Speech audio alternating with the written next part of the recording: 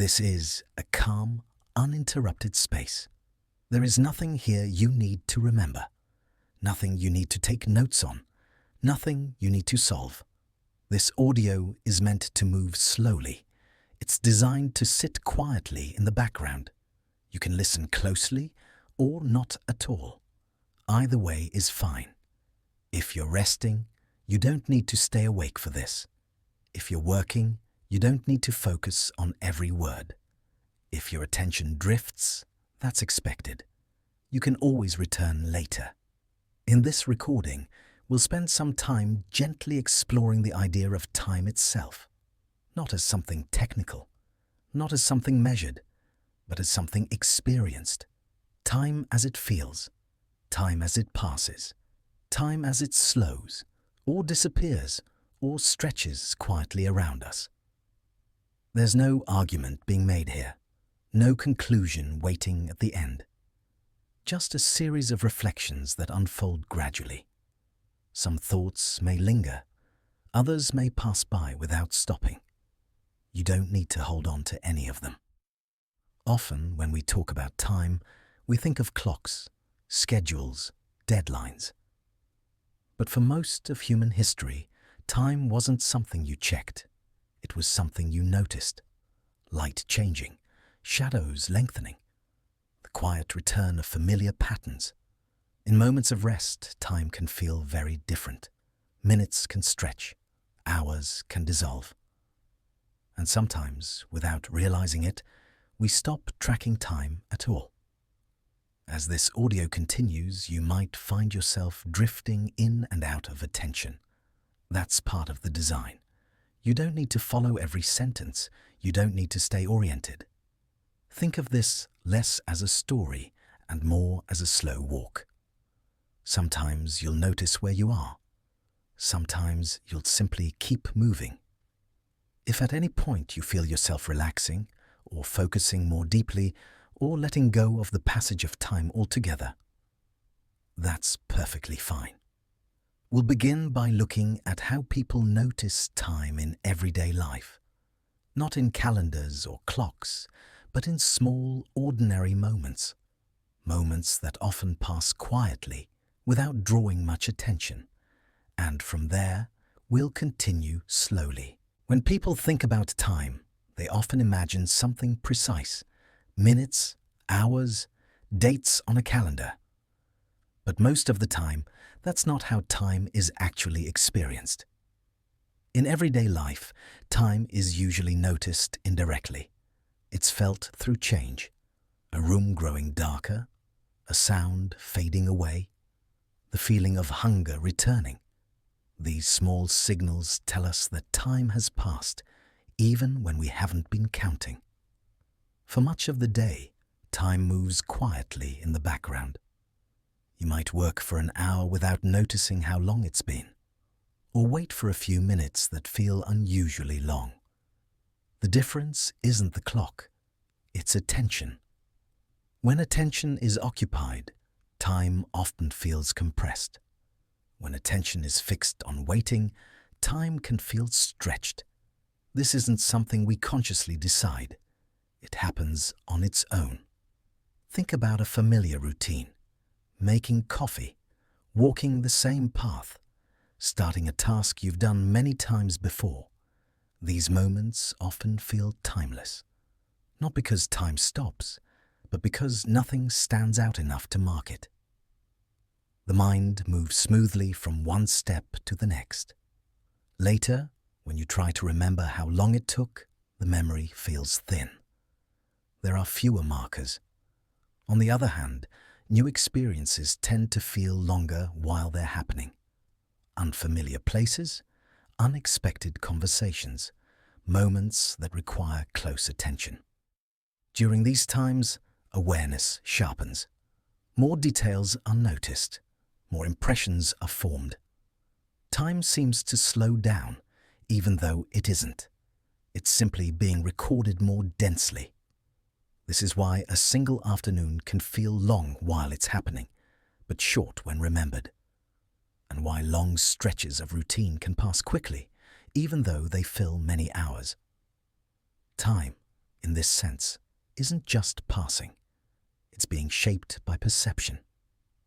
There's also the way time changes with emotional state. When someone feels calm, time often feels spacious. There's room between moments. When someone feels rushed or stressed, time can feel narrow and urgent. The same 5 minutes can feel very different depending on what fills it. This isn't a flaw in how humans experience time. It's a feature. Time isn't only a measurement, it's also a sensation, a background feeling that shifts depending on where attention rests. This is why moments of quiet can feel restorative. Not because they add more time, but because they change how time is felt. When fewer things demand attention, time softens. It becomes less segmented, less sharp around the edges. In those moments, it's possible to stop tracking time altogether, not deliberately, just naturally. As this audio continues, you might notice that happening. Thoughts may drift, awareness may widen or fade slightly. You don't need to correct that. This is one of the ways people have always related to time, not by controlling it, not by measuring it, but by allowing it to pass without constant notice. In the next section, we'll move away from human schedules entirely. We'll spend some time with a version of time that exists without clocks, without alarms, without deadlines. A slower kind of time. One that follows patterns rather than measurements. Before clocks became common, time was not something people measured precisely. It was something they observed.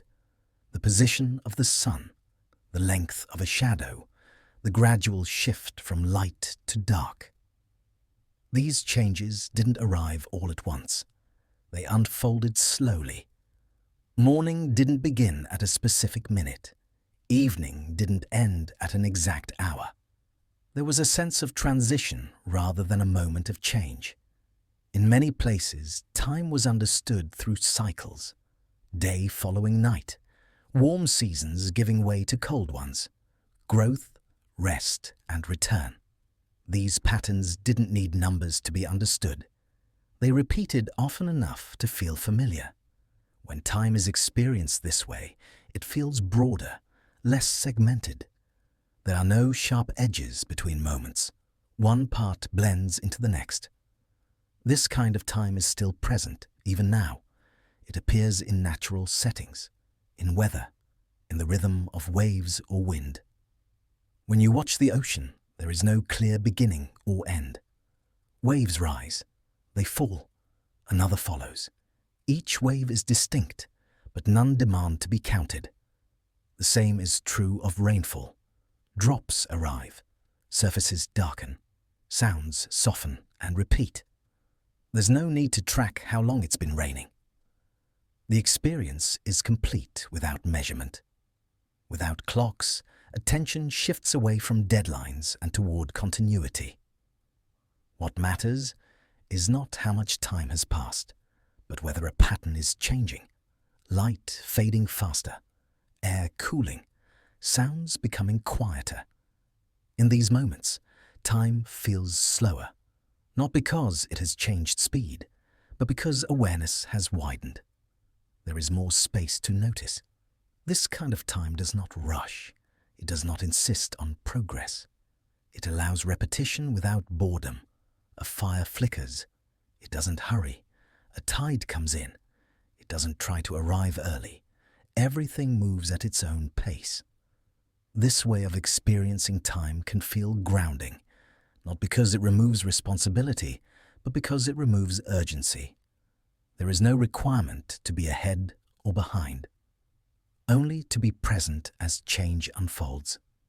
Even indoors, this kind of time can still be sensed, in the way daylight shifts across a wall, in the quiet between sounds, in the steady rhythm of breathing. These cues don't announce themselves. They're noticed only when attention slows enough to perceive them. As this audio continues, you may find that your sense of time becomes less defined.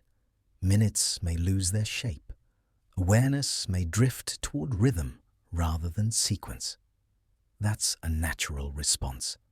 It's a return to a way of experiencing time that predates clocks and schedules.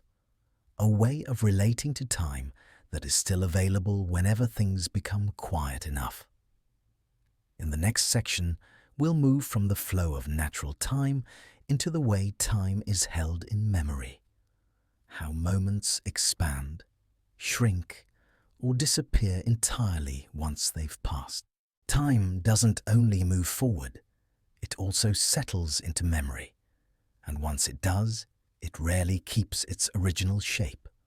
Moments that felt long while they were happening can later feel brief. Moments that passed quickly can expand when remembered. Memory doesn't record time evenly. It selects, it compresses, it stretches, it softens edges. Often, memory is guided less by duration and more by detail. Events filled with unfamiliar sights or sounds tend to leave deeper impressions. They create more points of reference. Later, when you think back on them, they feel fuller. More time seems to have been contained within them. Routine moments are different. When days follow familiar patterns, fewer details stand out. Tasks repeat, scenes blur together. When you look back, these stretches of time can feel surprisingly short, not because they were empty, but because they were smooth. There were fewer interruptions to mark their passing. Memory also changes with emotion. Calm moments tend to blend together. Stressful moments stand apart. Waiting can feel endless while it's happening, yet brief when remembered. Busy periods can feel rushed in the moment, yet long in hindsight. Time isn't altered. The lens through which it's remembered is. Sometimes memory removes time almost entirely. You may recall a place without remembering how long you were there, a conversation without remembering when it happened. The sequence dissolves, leaving only the impression. This is another way time loosens its grip. It stops insisting on order. Memory keeps what matters and releases the rest. This can be comforting. It means time doesn't have to be preserved exactly to be meaningful. Moments don't need to be measured or saved in full. They can simply be experienced, then allowed to fade. As this audio continues, you may notice memories surfacing quietly. They don't need attention. They don't need interpretation. They can pass through like reflections on water, present for a moment, then gone. Memory and time are closely linked, but they are not the same. Time moves steadily. Memory reshapes what remains. Together, they create a sense of continuity, a feeling that life is moving forward, even when individual moments blur. In this way, memory softens time. It removes sharp divisions. It allows past and present to overlap gently. This overlap is part of what makes rest possible. When attention isn't fixed on the present moment alone or pulled tightly toward what comes next, there is space to settle. In the next section, we'll spend time with that idea. What happens when time is allowed to pass without resistance? When there's no need to hold it, track it, or direct it? Much of daily life involves managing time, planning it, filling it, protecting it from being wasted. This can be useful, but it can also create tension. There's a subtle pressure that comes from feeling responsible for every moment. Letting time pass is different. It doesn't require effort. It doesn't require direction. It's what happens when attention loosens its grip. In moments of rest, time doesn't need to be used well. It doesn't need to be productive. It doesn't need to justify itself. It can simply move. This is often easier than it sounds. Habits of monitoring time can linger even when there's nothing to manage. The mind checks in. How long has it been? How much time is left? Then slowly those questions can fade. Not because they're answered, but because they stop feeling necessary. When time is allowed to pass without resistance, something shifts. Moments feel less separate. The boundary between 1 minute and the next softens. There's a sense of continuity rather than progression. This is why repetitive, gentle experiences are often calming. Waves repeating their motion, rain falling steadily, a fan turning at a constant speed. Nothing is advancing toward a goal. Nothing is being counted. There is only ongoing movement. This kind of movement doesn't demand attention.